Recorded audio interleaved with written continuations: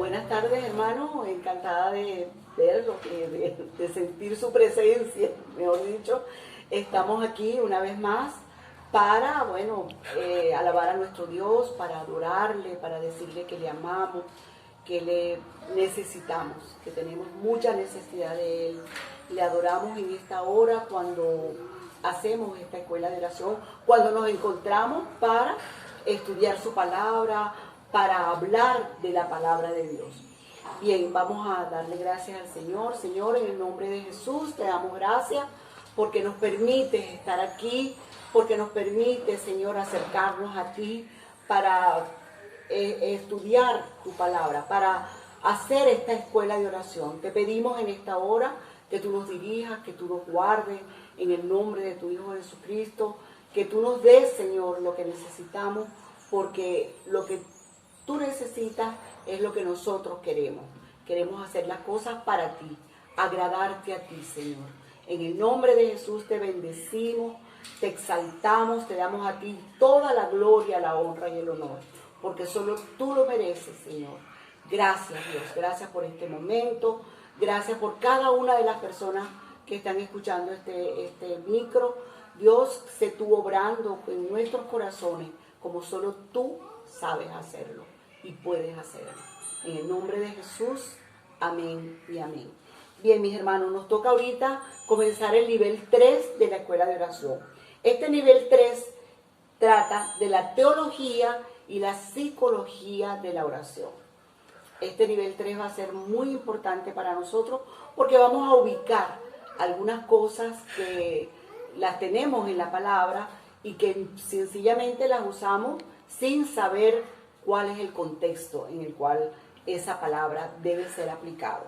En la teología y psicología de la oración vamos a ver hoy la unidad 1, el contexto teológico de la oración, y este tema 1 que vamos a tratar trata sobre la perspectiva filosófica humana versus la perspectiva cristiana. Hay dos perspectivas de la oración. La perspectiva filosófica, que es la humana, es la del hombre cuando interpreta la oración a la luz de lo que él conoce, de los conocimientos que él tiene, y la perspectiva cristiana es que es a la luz de la palabra.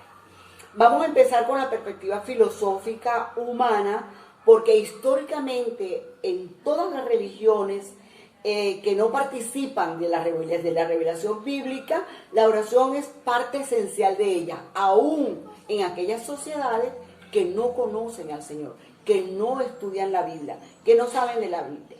En los pueblos primitivos se nos presenta combinada con actos rituales. Siempre la oración en las sociedades y en los grupos tribales que no conocen al Señor se nos va a presentar unida a parte ritual. Toda la gente, en este momento, todo el mundo levanta manos clamando a dioses falsos y clamando a un verdadero Dios, como lo hacemos nosotros, ¿verdad? En su forma más rudimentaria, la oración se dirige a un ser superior. El hombre sabe que existe un ser superior. Dios puso eternidad en el corazón del hombre. Entonces él sabe que hay algo superior sobre él, aun cuando no conozca al Dios de la Biblia, no conoce al Dios que hizo los cielos, la tierra y todo lo que hay debajo de la tierra. En la historia entonces de las sociedades humanas, la oración muchas veces ha sido desechada y ridiculizada. En el mundo antiguo griego se ridiculizaba la oración y se consideraba que qué sentido tenía de rezar a los dioses del Olimpo o rezar al Dios que los cristianos predicaban. Entonces la historia de la religión, la historia del hombre va unida a lo que es la oración, a lo que es la parte de Dios y la parte bíblica, sin conocerlo, sin saberlo. Con el advenimiento y la expansión del cristianismo, la oración se convirtió en una práctica generalizada en toda la sociedad. Cuando viene el humanismo en el siglo XV, en el siglo XVI, la oración fue quedando pequeña, fue siendo reducida en el acto litúrgico de adoración a Dios. Pasamos la etapa de la Edad Media, ¿verdad? Y llegamos entonces a la etapa del cristianismo en el siglo XVII, XIX, que es la orientación del positivismo y del racionalismo, donde se niega a Dios, donde el hombre pasa de la parte teocéntrica, que había sido la Edad Media, la Baja Edad Media, la Alta Edad Media y la Alta y Media Edad Media. Nosotros vamos a encontrar entonces que se pasa de una orientación teocéntrica a una orientación antropocéntrica. Sabemos que los monasterios, desde la caída del Imperio Romano hasta el siglo XIV, XV, estaba allí encerrado todos los libros, todo lo que la ciencia había dado al hombre, y por supuesto ellos usaban la oración no como nosotros creemos que debe ser usada, sino como un acto litúrgico. Y esa oración, cuando aparece el positivismo y el racionalismo, para el siglo XVII pasa entonces a formar una parte muy pequeña de la adoración. Para la posición panteísta, todo es Dios. Nosotros no podemos influir en Dios, por lo tanto, la única actitud del hombre es resignarse con lo que está pasando. Para Freud, para Nietzsche, para la teología de la liberación, para todas estas posiciones científicas, entre comillas, en Freud su doctrina del subconsciente sostiene que la oración es una ilusión compensatoria. Nietzsche dice que Dios está muerto, con su vitalismo metafísico, él niega la existencia de Dios. Por lo tanto, la oración no tiene sentido.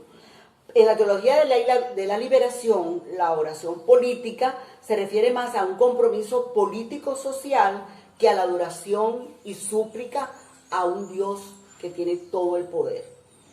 En nuestros días, el progreso tecnológico considera innecesaria la hipótesis de la oración, por lo que concibe la oración como una proyección psicológica, y la oración sabemos que está muy influenciada por la parte tecnológica y la parte psicológica. Es un anhelo humano, la oración es un anhelo humano. La oración entonces queda reducida a una parte metafísica o una reflexión-acción. Lo único que se puede hacer es orar. Esa es la concepción filosófica humana. Mientras que para el creyente, vamos a la perspectiva cristiana de la oración, que es la más importante para nosotros. Para el creyente, Dios no es una abstracción filosófica, no es el absoluto, el infinito o el universo. Dios es el creador y sostenedor del universo. Es también un Dios personal que en su soberanía ha querido mantener un vínculo especial, una relación especial con el ser que Él ha creado, que somos nosotros, y que lo ha creado a su imagen y semejanza. Es incomparable la dignidad que Dios le da al hombre. Es una dignidad única. Es en el mundo capacitado para vivir en comunión con Dios. Dios le da a ese hombre una dignidad y una importancia tan grande, y lo capacita para relacionarse con Él. Y es por eso es que hablamos de la oración desde una perspectiva cristiana. Después que el pecado arruinó la relación de Dios con el hombre y arruinó su capacidad moral, porque Dios lo creó como un ser moral y un ser espiritual. Sin embargo, el pecado arruina la relación del hombre con Dios y de Dios con el hombre. Y entonces también vamos a encontrar dentro dentro del plan de Dios, dentro del proyecto de Dios, vamos a encontrar lo que es el plan de Dios con la redención y la reconciliación y la comunión restaurada que se perdió en el jardín del Edén con el pecado del hombre. Entonces, una relación de confianza y gratitud, en esta relación es donde Dios va a tomar la iniciativa, y es su palabra la que inspira las palabras que el hombre va a usar en la oración. ¿Por qué? Porque Él va a enviar a su Hijo. De tal manera Dios va a amar al mundo que envió a su Hijo unigénito para que todo aquel que en Él cree no se pierda, mas tenga vida eterna. El que cree y lo recibe, Dios le da la potestad de llegar a ser hijo de Dios. El que cree y recibe a Jesucristo, Dios le da la potestad de llegar a ser hijo de Dios. Fíjense ustedes la vuelta de esa dignidad de hijo de Dios que el hombre va a tener con la venida de Jesucristo. Entonces, lo que inspira las palabras de la oración del cristiano está basado en lo que dice la palabra de Dios, en lo que dice la Biblia. Tiene su origen en la palabra de Dios. En el Nuevo Testamento, la oración vino a ser distintivo sobresaliente de la primitiva comunidad cristiana, apostólica, de los apóstoles, antes de la que hiciera que hubiese una relación entre los paganos y los cristianos. Pues bien, en el Nuevo Testamento, entonces, la oración viene a ser un distintivo sobresaliente de lo que era la primitiva comunidad cristiana, donde perseveraban los apóstoles y los discípulos, perseveraban unidos en oración y en ayuno, perseveraban unánimes, lo dice la palabra de Dios.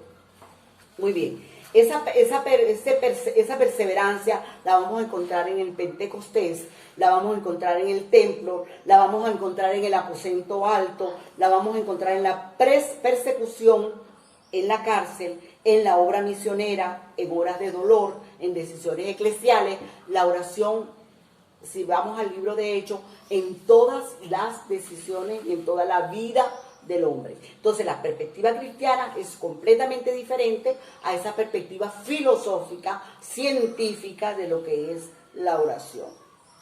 Muy bien. Hay un autor que dice que su nombre es Brunner, dice que orar es lo más osado y al mismo tiempo lo más humilde que el hombre puede hacer.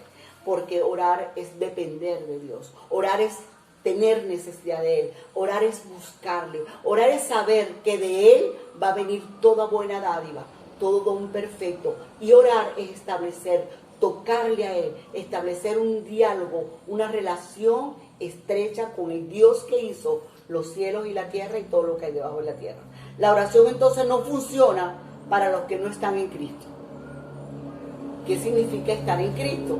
Si no estamos en Cristo, Dios no va a escuchar esa oración porque no está dirigida a Él. Es una oración a dioses falsos, es una oración con liturgias, con ritos, y bueno, no es la oración para Dios. ¿Qué significa estar en Cristo? La respuesta es sencilla. Estar en Cristo es permanecer unidos a Él en una relación vital. Es la relación del discípulo con su maestro, del siervo con su señor, de la esposa con su marido, del cuerpo con la cabeza, que es Jesucristo. Jesús mismo ilustró esta relación mediante la doble metáfora de la vida y de los pámpanos, ¿verdad? El que permanece en Él y el que permanece en Él lleva muchos frutos. Y Él se está refiriendo a los pámpanos, ¿verdad? O sea que hay una dependencia de Cristo en Juan 15. La unión de sus discípulos con Él es de tal naturaleza íntima y eficaz que la virtud y el poder de su Espíritu Santo fluyen al espíritu del hombre, capacitándolo para llevar frutos que glorifiquen al Padre. Así entonces, vivificados por la savia de Cristo, los creyentes permanecen en Él y su palabra permanece en Él. Y allí es donde el Señor nos dice en Juan 15:7, pedid todo lo que queráis y os será hecho. Entonces, si permanecemos en Él y sus palabras permanecen en nosotros, pues el gran poder de la oración está subordinado a la identificación con Cristo. Esa es la realidad cristiana, esa es nuestra realidad de la oración. Todo lo que pidáis en mi nombre, entonces yo se los daré. Entonces nos damos cuenta que la oración no es solo un privilegio y una bendición, también trae una responsabilidad. en esa relación con Dios. La expresión de deseos excesivamente humanos lo podemos encontrar en la oración, pero la oración se hace es en el nombre de Jesús. Y Santiago 4:3 lo dice: pedís y no recibís porque pedís mal, para gastar en vuestros deleites. Hay oraciones, cristianamente hablando, donde Santiago dice: no van a recibir lo que están pidiendo porque lo están pidiendo para su deleite, para para su agrado del carnal. Entonces ese es un tipo de oración que el Señor nos pone un límite, porque la oración es una responsabilidad. Y vamos a seguir hablando, vamos a seguir desarrollando este tema. Por eso les decía que vamos a tocar muchos aspectos que van a ubicarnos desde el punto de vista humano, desde el punto de vista divino, sobre lo que es la oración. Bien, vamos a darle gracias al Señor. Van a tener su PDF, sus preguntas, sus notas inductivas. Sería bien importante que se reunieran en grupo para poder compartir todas las dudas, todo lo que tengan, para poder compartir la palabra de Dios, qué dice la palabra de Dios y cuáles son las respuestas que Dios nos está dando con respecto a la oración. Vamos a darle gracias al Señor por este momento. Señor, te damos gracias porque hemos abordado, Dios, lo que es la oración desde el punto de vista humano y desde el punto de vista cristiano. Señor, desde el punto de vista humano no podemos más que orar, aún sin conocerte, aún sin saber lo que eres tú para nosotros, lo que eres tú, tu poder, tu gloria, tu magnificencia, tu majestad en nuestras vidas. Todo hombre levanta manos y buscándote, sin saber dónde estás tú. Algunos no saben dónde estás y algunos no saben acercarse a ti. Algunos no saben que es en el nombre de Jesús que tú viniste, Jesucristo, a reconciliarnos con el Padre, y que solo en esa reconciliación está nuestra relación contigo. Te damos muchas gracias por permitirnos abordar este tipo de análisis, este tipo de capacitación que nos estás dando en esta hora. Gracias, Señor. Gracias por cada una de las personas que van a hacer esta tarea y que van a oír este libro. Los bendecimos en el nombre de Jesús. Amén y amén.